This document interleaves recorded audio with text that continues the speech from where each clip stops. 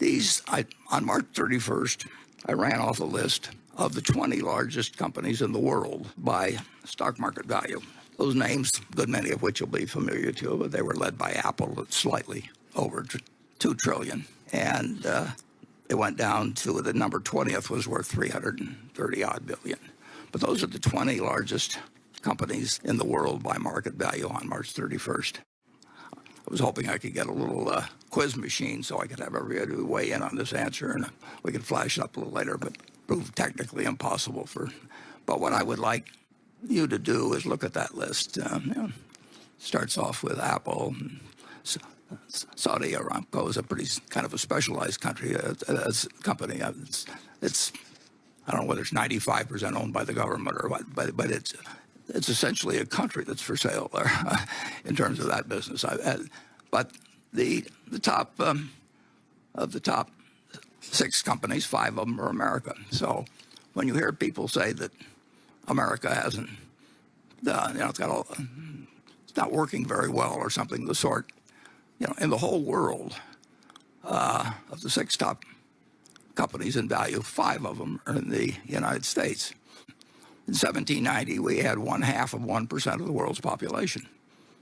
And a little less, we had 4 million people, 3.9 million people. 600,000 of them were slaves.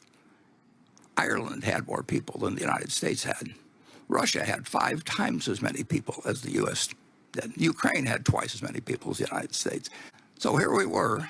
But what did we have?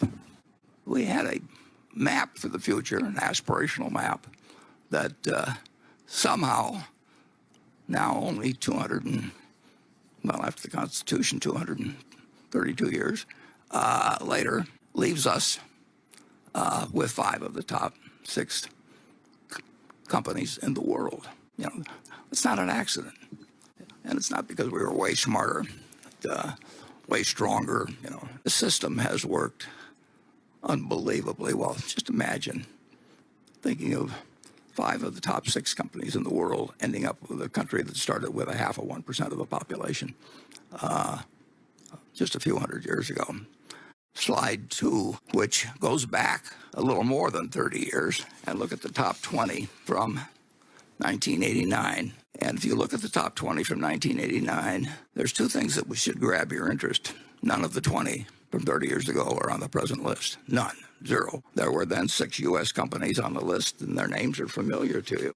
We have General Electric, we have Exxon, we have IBM Corp. They're still around. Merck is down there at number. None made it to the list 30 years later, 0.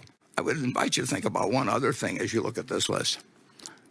1989 was not the Dark Ages. We weren't just discovering capitalism or anything else. And people thought they knew a lot about the stock market and the efficient market theory was in, and it was not a backward time. And if you look, the top company at that time had a market value of $104 billion. So the largest company in the world, Tidal, in just a shade over 30 years, has gone from 100 billion to 2 trillion. At the bottom, the number 20 has gone from 34 billion to something a little over 10 times that.